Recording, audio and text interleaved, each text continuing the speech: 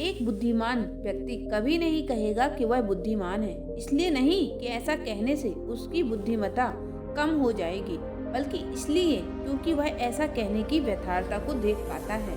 दोस्तों, गौतम बुद्ध के जीवन से जुड़ी एक छोटी सी कहानी जो आपको बताएगी कि वास्तव में बुद्धिमान कौन है। एक नगर में एक लड़का रहता था और उसका दिमाग बहुत तेज था और उसकी खासियत यह थी कि वह किसी भी चीज को बड़े जल्दी और आसानी से सीख लेता था। जहां अन्य लोगों को किसी काम को सीखने में महीने या वर्ष लगते थे, वहीं पर इस लड़के को उसी काम को सीखने में कुछ ही दिन लगते थे। उसकी खासियत दूर दूर तक फैल गई और कहा जाने लगा कि उस व्यक्ति में जितना बुद्धिमान कोई नहीं है, परंतु वह व्यक्ति जो जानता था कि वह भीतर से क्या है। हर व्यक्ति जानता है कि वह भीतर से क्या है, चाहे वो बाहर से कुछ भी दिखाए। वह व्यक्ति भी भीतर से परेशान था, परंतु वह अपने अहंकार से अपने परेशानियों को ढकना चाहता था। दोस्तों, ज्यादातर लोग ऐसे ही करते हैं। वह व्यक्ति अपनी प्रसिद्धि को और बढ़ावा देने के लिए तरह तरह के काम सीख रहा था। वह चित्रकारी करना जानता था, वह मूर्ति बना सकता था और वह गीत गा सकता था और वो दुनिया जहान का हर वो काम सीख चुका था जो उसने अब तक देखे हुए थे। इसलिए उसे अपनी बुद्धिमत्ता पर अहंकार था, क्योंकि कोई साधारण आदमी एक काम कर सकता है या दो काम कर सकता है और ज्यादा से ज्यादा 3 काम कर सकता है, परंतु वह तो सैकड़ों काम कर सकता था और बहुत अच्छे से कर सकता था। इसलिए उसे अपनी बुद्धिमत्ता पर अहंकार था। उसका सामना गौतम बुद्ध से होता है। उसे पहली बार एक ऐसा व्यक्ति दिखता है जिससे उसे ईर्ष्या होती है। अब तक उसने ऐसे लोग देखे हुए थे जो उससे ईर्ष्या करते थे, और जहाँ ईर्ष्या होती है वहाँ तुलना का होना निश्चित है। वह व्यक्ति अपनी तुलना गौतम बुद्ध के साथ करना शुरू कर देता है। वह देखता है कि बुद्ध के पास तो एक भिक्षा का कटोरा है, लेकिन उसके पास धन की कोई कमी नहीं है। बुद्ध के वस्त्र तो साधारण थे, परंतु उसके वस्त्र बहुत कीमती हैं। बुद्ध तो जमीन पर नंगे पैर चलते हैं, परंतु वह नंगे पैर नहीं चलता।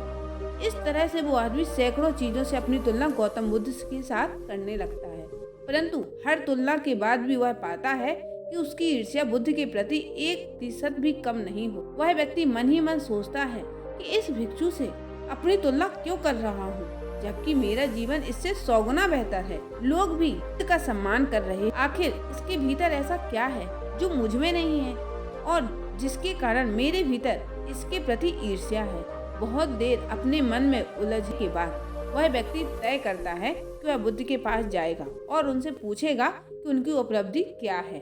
वह व्यक्ति अपने सेवकों के साथ बुद्ध के पास जाता है और उनसे कहता है कि इस इलाके का सबसे बुद्धिमान व्यक्ति आप अपने आसपास जो भी देख रहे हैं वो सब करना जानता हूँ। किसी भी कार्य को सीखने में मुझे बहुत ही कम समय लगता है। सभी लोग मेरा सम्मान करते हैं, परंतु इस सब के बाद भी मेरे भीतर आपके लिए ईर्ष्या है। मैं यह जानना चाहता हूँ कि आपकी उपलब्धि क्या है। ये सब लोग आपका आदर सम्मान क्यों कर रहे हैं। उसके बाद बुद्ध कहते हैं कि वैसे तो मेरी कोई उपलब्धि नहीं है, परंतु तुम कह सकते हो कि मेरी एक उपलब्धि है। वह व्यक्ति पूछता है, क्या मैं जान सकता हूँ? तो फिर बुद्ध कहते हैं, मेरी एक उपलब्धि है कि मैं सभी उपलब्धियों को छोड़ चुका हूँ। वह व्यक्ति बुद्ध से पूछता है कि मतलब, कुछ समझा नहीं।